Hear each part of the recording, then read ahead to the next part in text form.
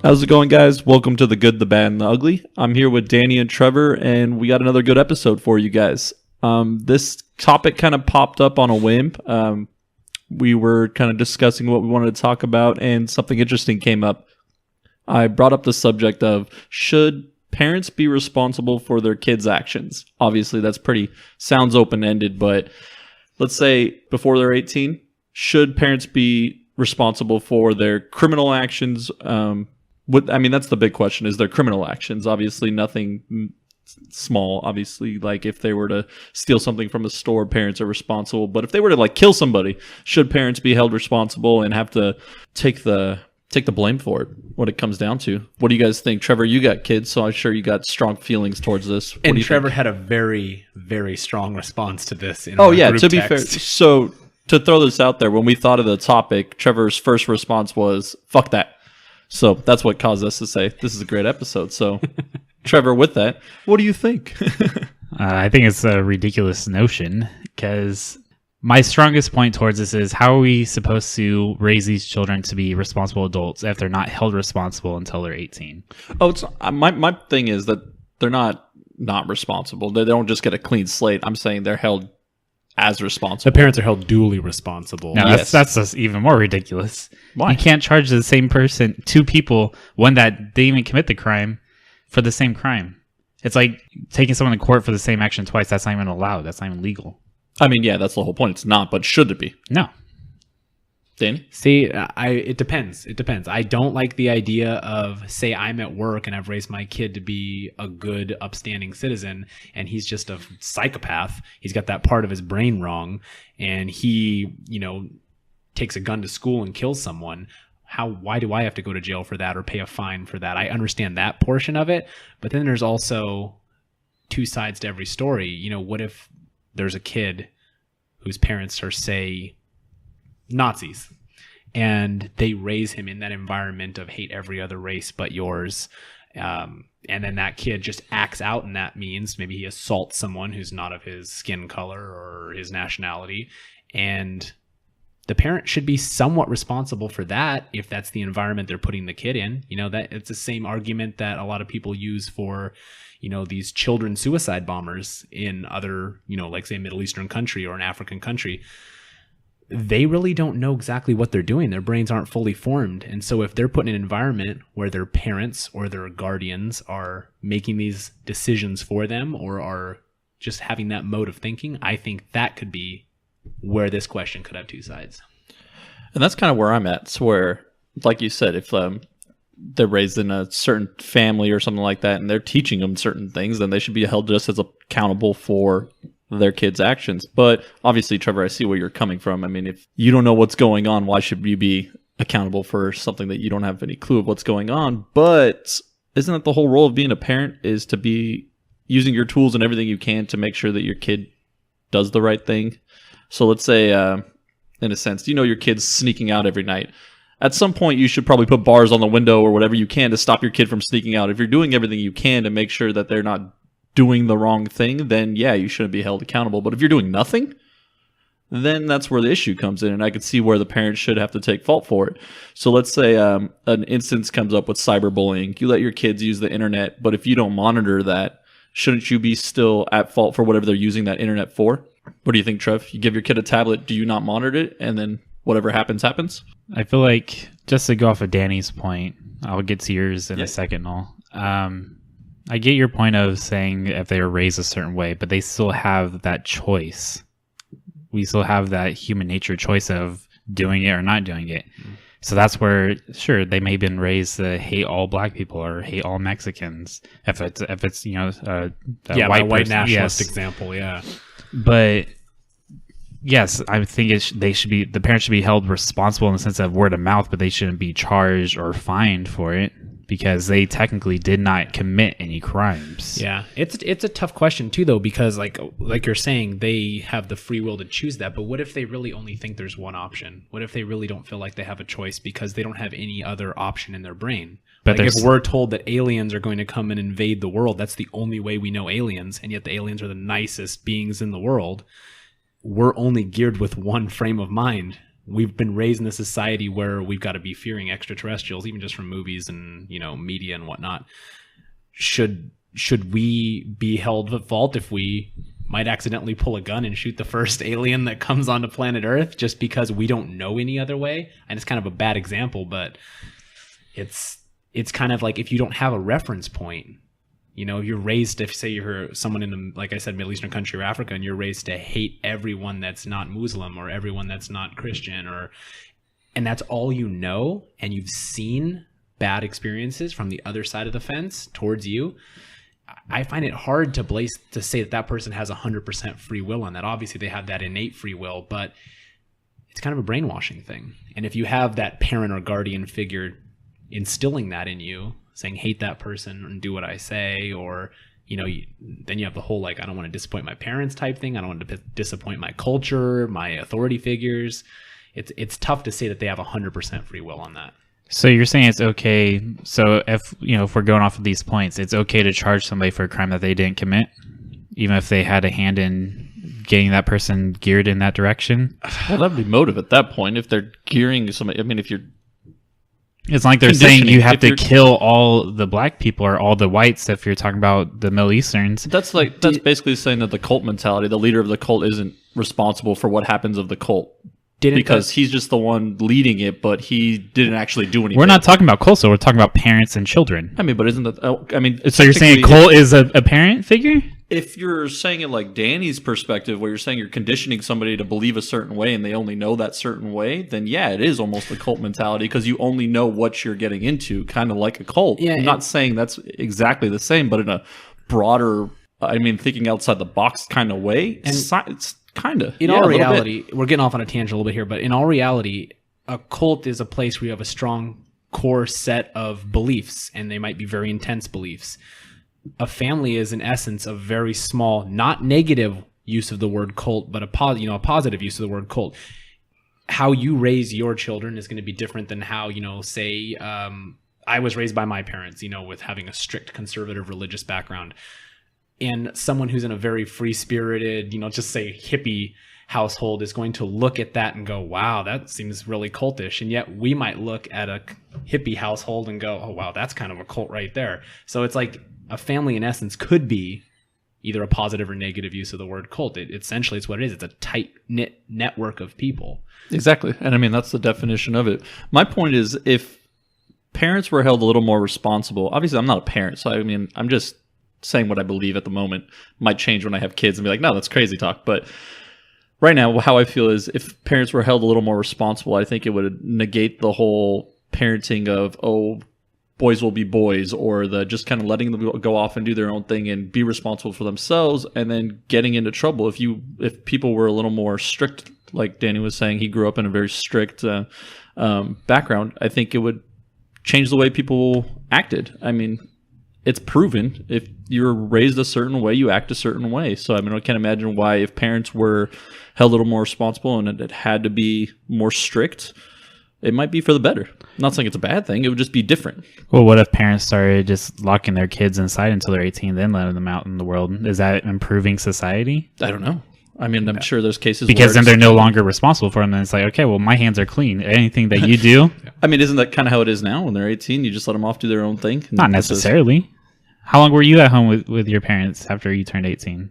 It was till I was like 21, I think, 22. Yeah, okay, well then. But I'm still attached to them. They didn't just say, okay, you're an adult now, go do you. But I know families that have done that. There's a lot of families out there that tell their kids, once you're 18, you're on you. Before that, we take care of you. Anything that you do is on us.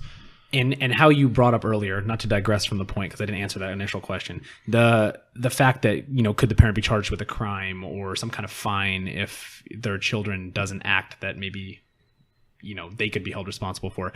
I don't think that will ever actually happen. I don't think it's a feasible thing to happen. We might feel that, wow, if that parent of that kid that just committed a crime because his parents raised him as a Nazi, for example, if that kid commits something, we might feel that parent should... Raise up your mic. Sure. That parent might be responsible for that. But in essence, there's no way to police that. There really isn't, because it is a case-by-case basis. Oh, definitely. And you can't put something that is so subjective into the form of a law or a fine or a crime, because then there's going to be people barking on both sides of the fence saying, oh, well, why should I be held up to that standard? I really don't merit the punishment for this. And there's going to be people who are going to get away with things. Well, here's just scenario by scenario. So let's say they were to make it a law. Because right now, if you're underage, if you were to go steal something from the grocery store or something like that, the parent's held responsible and you have to pay that back. The only difference is now if it's something like murder, the kid's held responsible, which makes sense to all of us. I mean, obviously, that's how it is. That's how it's always been. That makes sense. But let's say if they were to start adding fines to more things. So let's say your kid gets caught being out past curfew. There's fines related to that. So parents are automatically going to be like, all right, I need to make sure my kids are in at this time. Because when it comes down to it, everybody's about money. Nobody wants to get any money taken away from them, especially when it's going to the man. So if you were to take that same scenario and start just adding fines to everything your kids did at a preteen age, would that be a bad thing? Or was that regulating parenting at that point? How can you monitor a child's want to kill somebody? How could you monitor a child's want to steal a car? How can you monitor a child's need to want to get away from their parents? You can't, but you can regulate it with fines and stuff. I mean, if it happens, it happens. You're going to regulate and blame the parents, though? I mean, I would imagine you would try your hardest if I was a parent, I would try my hardest to make sure that my kids knew that was not going to fly under my roof. Of course, but when you were 15, 16 years old, you mean something that you listen to your parents? Everybody's rebellious and they think that they're smart, they're better than everybody at that age. But there's a difference between letting it happen once and letting it happen multiple times. All it takes is once. So what if the first time that they get out and they kill somebody? So you're automatically to blame just because of that one incident? I mean, shit, I would hope not. But I mean, well, that's what you're saying. Yeah, and that's why it's a case-by-case basis. Yeah, that's the tough situation. It can't be case-by-case, though. To take your thing about, having fines and having, say that if a policeman sees a kid out after curfew, we're going to find out where you live and send your parents a ticket. Too much government regulation. You start getting into a fine line where it's starting to be like a socialist or communist society, like Soviet Russia or something. You don't want everyone ratting on each other, especially if you know how competitive kids are in high school when it comes to social pecking order. You're going to have one kid who hates the other kid and wants to date his girlfriend going, oh man, yeah, that kid, he was out last night. I saw him. And then it's communism. And then at that point, it almost turns into, I mean, just like you said, it turns into like a communistic sense where people are going to stop wanting kids at some point. And then sooner or later, our populace, which I mean, at the beginning would probably be a good thing, having a lesser population, but then it gets to a point where so many people don't even want kids anymore. Like marriage is down now just because like, oh, we're just going to get divorced anyways. Why get married? Well, what if that turns into kids? Like, oh, I'm going to get fined if they do this. Why do I even want kids at that point? I don't know. That's a stretch. Is it though? A little bit, yeah. Because I mean, if you get to have the extreme of cults, and I get to have the extreme of people not wanting kids. That's like saying, "Oh, I don't want to drive because people get tickets, so I'm never going to drive." That doesn't happen. Some people think that way, though. Yeah, but that's a very slim number compared to the masses that. How many people in America are in a cult? How many people in America are white nationalists? Such a small ratio number, but that's your main focus against my point of not having this law go. No, that's not my point. My point is, that was your my your personal point. point is I think parents should be more involved. I think if your kid's going to go kill somebody, there's probably signs of them wanting to go kill somebody way before they get the chance of getting a gun and killing somebody. Like when you're stealing something, you don't just go and steal fucking money from the bank. You start with the small things. You build a habit. People don't just wake up in the morning and go kill somebody. That just doesn't happen. I think the biggest thing you're saying from what I'm hearing of this argument is parents need to be more involved. That's exactly what I'm saying. They need to be more involved with their life. We had this discussion a few weeks ago about, having that teacher in the classroom that can, sit down and talk for an hour once a week or twice a week. This should start at home. I mean, I think back in the day, I think the reason we have more crimes or, more of this situation of youth violence and cyberbullying and all this kind of stuff where children are left to their own devices. You didn't have that back in the day. Parents had more of a family structure. And I think parents kind of had their heel on what kids were doing a little bit more.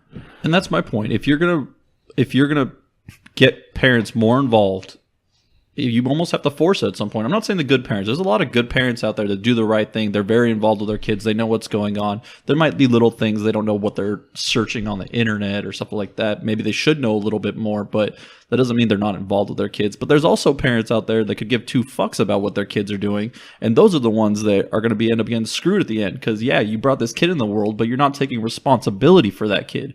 So yeah, if they go and kill somebody, you should be held responsible for it because you brought this kid into the world and had no clue what he was doing. That's my point. If there's no license to have a kid, then how can you have a license for raising the kid? I mean, we have to get a license to drive a car. We have to register to vote. There's no rules or regulations on having a child. Oh, that's a whole nother topic that I saw. But it's tied into this one. No, right I agree. And this is why I find it interesting that you say that is, should people have to get a license to have children? Almost to the point of, do you have to be... Danny, you seem like you're thinking about it. Well, the thing is, procreation is something that just is built into our minds. I mean, that's just something in our DNA. Like, people are always going to find a way to do that. I mean, it doesn't matter if your IQ's 5 or it doesn't matter if your IQ's 500. Yeah, you're gonna do it. So or try to. Yeah, or try to, exactly. I mean, you can't really regulate that, can you? I mean, to an extreme, probably. You could. I mean, you could go full communist society and Yeah. do what China did back in the day. I don't know if they still do it now, but they limit it to the 1 or the 2 children. I'm pretty positive they do. I think they raise it though. I think they can have up to 3 now. Yeah. Well, and that has to do with population and everything too. Those are just- But that could be a good case to now, because I mean, especially with the pro-choice and the people that believe in abortion, what if instead of getting rid of abortion, you just give the kid away? I mean, if you're already going to try and kill the fetus, not the child, then there was quotation marks around the fetus for people to know what he was saying.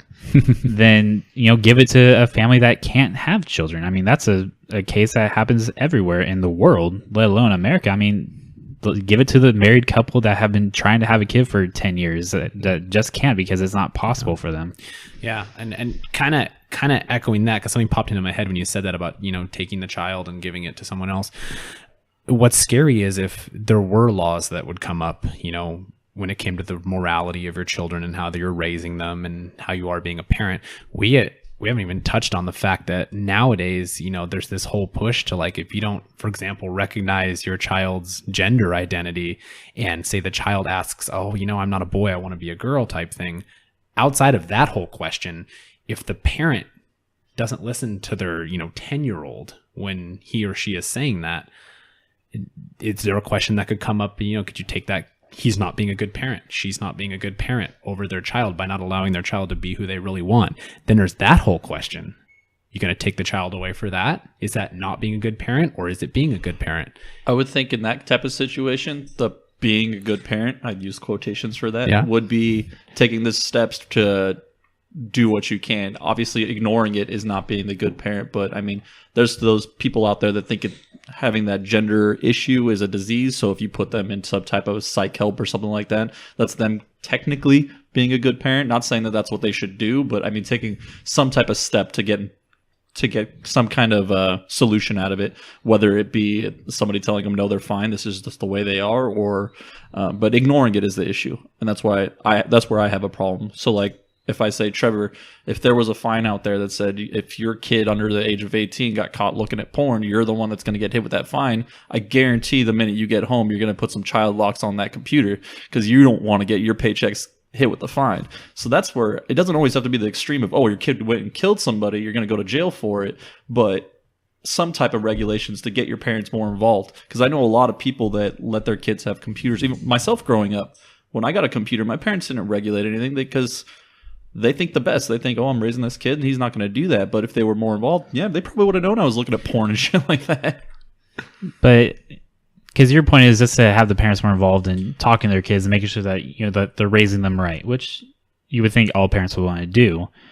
But there comes a point where the kids are going to be like, oh, everything's fine, and they just don't want to talk to their parents. Because I'm sure all of us had that point where we didn't really want to talk to our parents because we were dealing with our own issues and we just want to handle it ourselves, and you don't want to talk to your parents because your parents aren't right about it because you think that you're right about everything. Isn't that the role of the parent, though, to go a little bit further. I mean, it's just like when I'm a manager at a restaurant. If I go and ask all of my employees, "Oh, how are things going? Did you get your checklist done?" They say yes.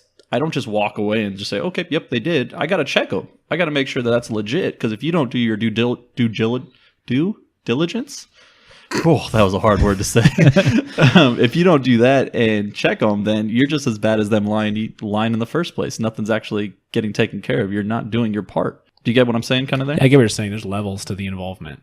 There's Exactly. levels. There's levels. The kid's always going to give you the answer the kid wants to give, and it's the parent's job. I mean, being a parent's the biggest sacrifice in the world.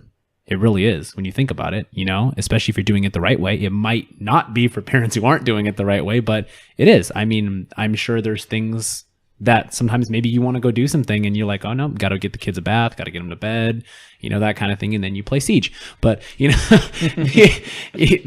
whole thing is, that it's a huge sacrifice if you do it the right way. And there's levels to being involved as a parent. And it's your job as a parent to find what works for each kid. We've had discussions on this podcast about each of your children are a little different, and they have their little tendencies and things like that's.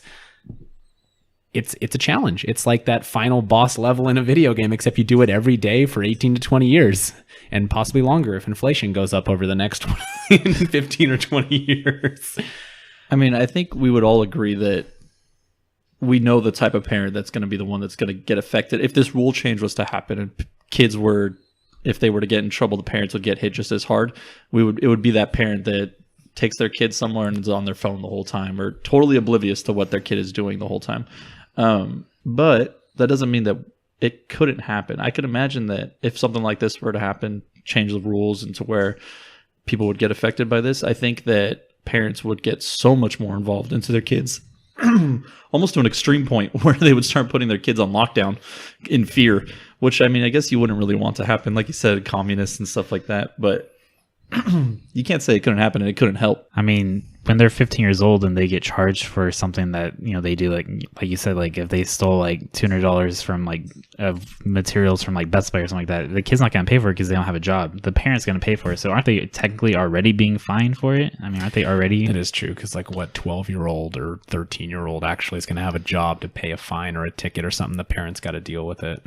Yeah, it's weird. I mean, that goes into the whole judicial system. It's like, it's weird how it has to do with a certain dollar amount, and then do they get tried as a juvenile or do they get tried as an adult? And that's where it gets kind of weird. And what's weird is we've talked about how it couldn't work because of a case-by-case basis, but doesn't the judicial system look at things like that on a case-by-case basis? Exactly. I mean, I always go back to like the treatment of celebrities when it comes to certain things, like if one of us was under the influence and hit and killed someone, I mean, we would get a long time in prison, right? Or even if we killed a passenger in our own car. You look at someone like an NFL player, like Dante Stallworth, to pull a name out of my memory. He got like 30 days or something for the same thing. I mean? So it's like a case-by-case basis, it's based on money, like we've talked about. It's weird. So we complain about it being a possible case-by-case basis and how hard that would be, but the judicial system already works that way. So problem is who would regulate and who would decide whether they get tried as the parents involved with it or not. I mean, what panel would be able to decide the fate of people that had nothing to do with it? Yeah, and that's the whole thing too, is because a parent-child relationship is so, there's like almost chemistry happening. You know what I mean? Like there's a bond that you have as a parent and a child that's going to be so different than someone who has to judge that, like you're saying. So it's almost an impossible scenario, even though you would want more of like to be kind of in sync, to have a parent and a child being kind of charged for the same crime. I wouldn't say that it's impossible. I wouldn't say it's impossible. I mean, if it goes to, let's just throw a case out there. Somebody killed somebody. Some guy grabbed a gun or his parents' gun or something like that and went and shot up a school. First thing you would look at, obviously the kid's going to be in trouble. It was him. And then when you go to look to see if it was the parents, do the parents have the gun in a safe? Did they even take the extra steps to put the gun into a safe? Was the code available like on their wall? Like, do they write their code on a little sticky note in the kitchen for the kid to make it available?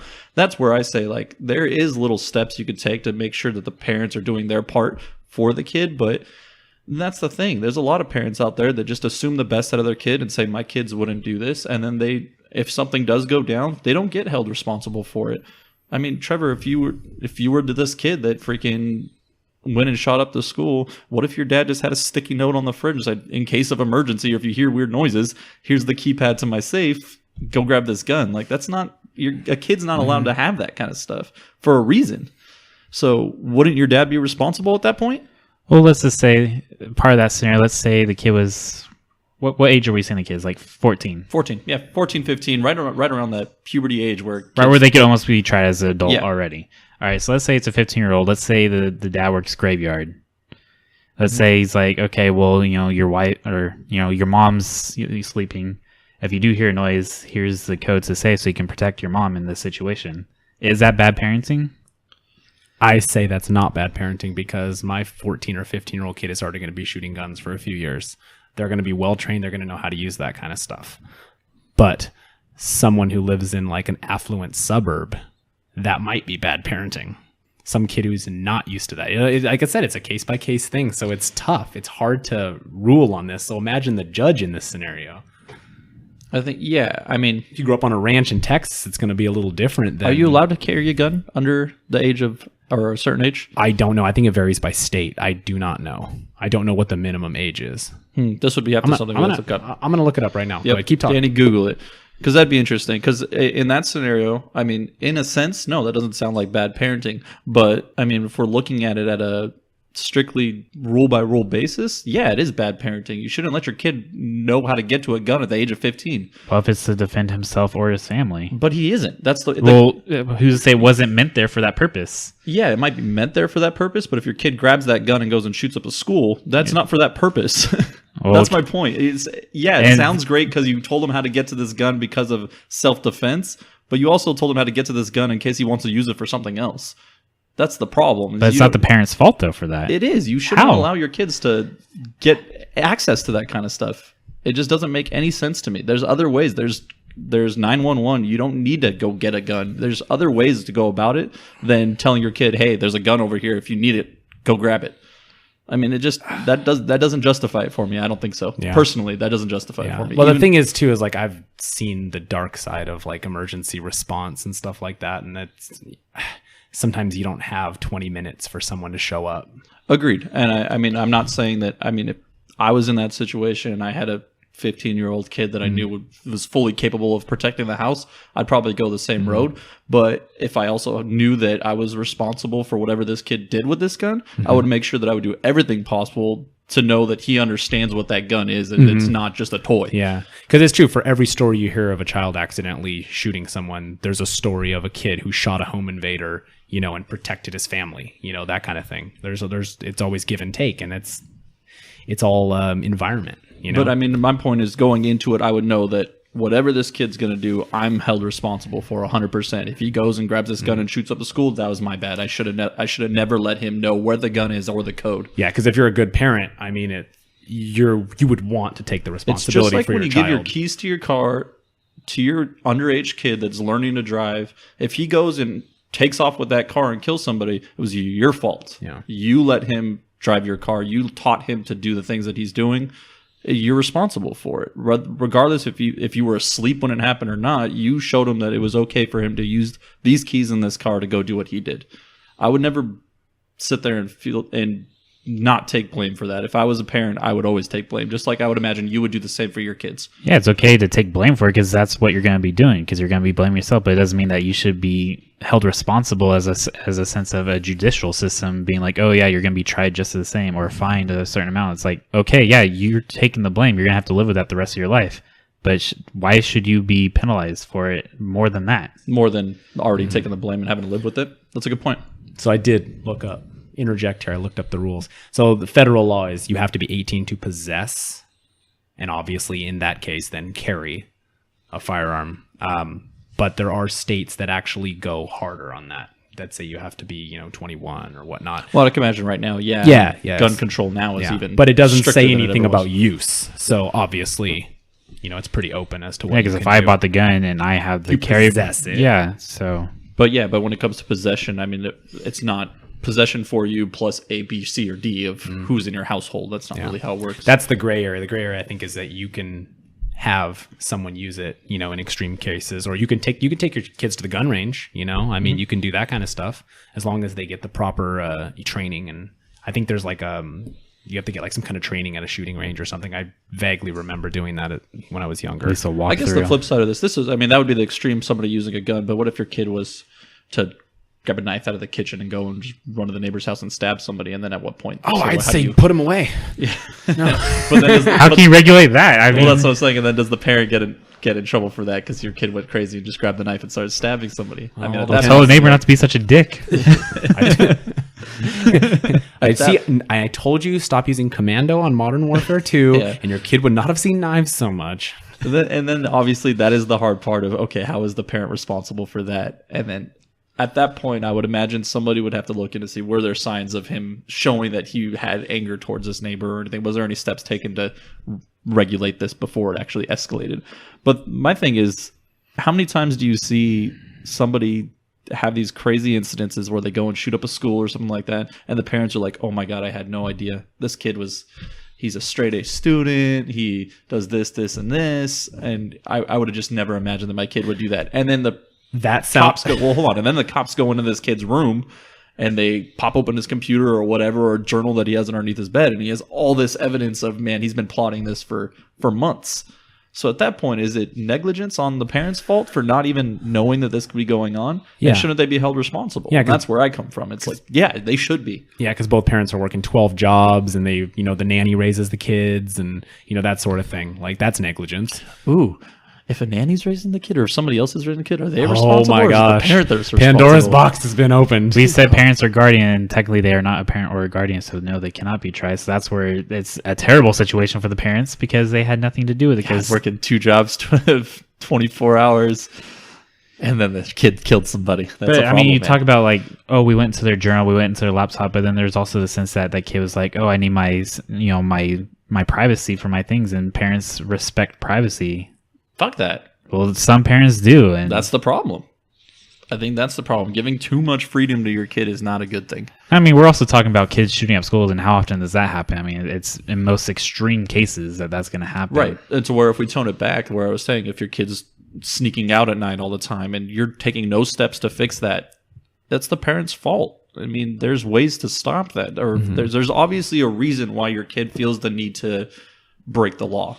And it's because whatever the reason is, it's your job to figure that out. I mean, I'm not saying that I was a perfect kid. I'm not saying that my family was perfect, but they did their best to make sure they figured out what was going on and why I was acting a certain way. So if we've had all this talk about parents being culpable for their kids' mistakes, what if their kid's just a badass kid, just an awesome kid? Do the parents get a reward? Like, yeah, they don't go to jail, bro. That's not a reward. The parents get like a rebate. Is there like an app? Dude. Is there like an app? Bumper stickers. Have you not seen the bumper stickers on the back of cars? Those are the parents I want to like just slap. And the ones that have 7 of them for like nobody cares. Elementary school, middle school. I'm like, oh, your kid's popular in school. I guarantee you, he's real popular. I mean, C's passing is a graduate from high school. I mean, you should be too proud about that. Yeah, Trevor, I could see you being one of those dads bumper stickers. Trevor, all over the you need to get a bumper sticker on the back that says "My kid made it through high school." Not like one he of those. skimmed by. Yeah. Just do that and just be like, you know what, C kid, I'm not putting a high bar for you, dude. There's no expectations. You get C's get degrees, son. You do it. You know what I mean? Because I wish my parents would have done that for me. Like, I'd be like, I have to get an A or I don't pass. It's a complex now. At this point, I mean, you should just get a bumper sticker for everything. Is my kid made it to high school? My kid didn't kill anybody. My kid's not a racist. My kid didn't kill anybody. That's mine. Yeah. We're gonna have to get like an online store started where we have things like this. My kid is not a serial killer. Okay, so at what point is too much parenting? So Trevor, you got kids. What is your line of I'm just not gonna push that boundary? So like with a tablet or a computer, how regulated are you gonna make it? Well, it's pretty easy right now because one's going to be 9 and one's going to be 4. I mean, the 4-year-old's very easy to monitor. We have this tablet set where you can only go to a few things. They're all like learning stuff, you know, like that. But the 9-year-old's definitely starting to want to branch out and see different things. Like he's on YouTube watching people play video games, but I mean, YouTube, he can branch off to everywhere. So we do have regulations on there to what he can see and what he can't see. And that's just like parental controls type thing. Yeah. I mean, that's, to me, that's almost like basic parenting. I mean, that's like the 101, the parenting for dummies. I mean, you should be able to regulate what at least they see online. But I mean, with today's age and society, with TV and technologies, things that kids see now, they see way more than what like our parents saw, or even what we saw growing up. It's just that, I mean, killings alone, like in video games, I mean, shoot, like PG ratings, you see killings in cartoon movies, like they see stuff like that everywhere. So it's kind of hard to. Danny, how regulated were you growing up? Pretty regulated. I mean, we couldn't watch a movie with like, you know, if it had too much kissing in it, you know, it was like too suggestive, you know, so that was like I wouldn't do that over the top, but I used to hate all the regulations growing up. I think every kid kind of hates that, no matter how free or not free the parents are with, you know, rules. And I feel like every kid's going to feel like that. So now looking back, I'm kind of thankful my parents didn't expose me to too much, because the way I kind of look at having a kid is it's almost, it's akin to not cooking, because cooking, you can throw stuff in and it's going to taste good, but it's like baking. Like baking is chemistry. And if you put a little bit too much of one thing in, it's going to screw the whole end result up. But it's almost like that. You know, you kind of have to take a chance Except when you you have a don't kid. get trial and error and get to start over. Yeah, you know what I mean? Like throw it in the trash and start over. Exactly. That's why I have multiple kids. So if you fuck up on the first one, you can do better on the second one. There you go. I guess I was the fuck up then. No, but it's like, you know, you kind of have to take a chance. You can do all the right things. You can follow the recipe 100%. You know, you can limit what your kid watches on YouTube. You can try to put in things, but a kid is always going to find a way to do what they want to do. I mean, it's just the way it is. Parents try to kid themselves, but a kid is always going to funnel towards the one thing they're told not to do. So you just kind of have to hope for the best. It's kind of like when you put that cake in the oven, is it going to rise? Is it not going to rise? Is it going to taste good? Is it not going to taste good? It's kind of out of your hands. And I think that's kind of what we've been talking about today, where there's really no way to regulate something like, you know, the laws that you would have to put in place for a child and a parent to be at fault for the same crime. It's kind of akin to that, where we kind of have to take a chance no matter how much effort you put in. That's all for today's episode of The Good, the Bad, and the Ugly. Don't forget to like and subscribe to our podcast on SoundCloud or iTunes to get all updates on future content. And just remember, it's not important who's right or wrong, but it's always important to ask why.